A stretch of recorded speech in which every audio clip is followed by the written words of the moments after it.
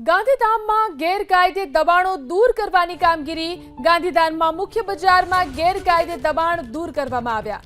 સરદાર વલ્લભભાઈ પટેલની પ્રતિમાથી ચાવલા ચોક સુધીના દબાણોને દૂર કરાયા। અગાઉ મનપાએ વેપારીઓને નોટિસ આપી હતી।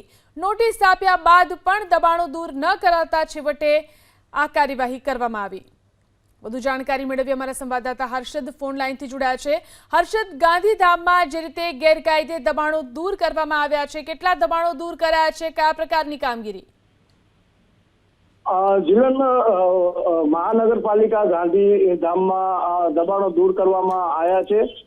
અગાઉ જ મહાનગરપાલિકા દ્વારા દબાણોને નોટિસ ફટકારવામાં આવી હતી। સ્વૈચ્છિક દબાણ હટાવવાની સ્વૈચ્છિક દબાણ હટાવવા માટે પણ સૂચના જે છે તે આપવામાં આવી હતી, પરંતુ સ્વૈચ્છિક દબાણ ન હટાવવામાં આવતા આજે મહાનગરપાલિકા દ્વારા દબાણ જે છે તે હટાવવામાં આવી રહ્યું છે।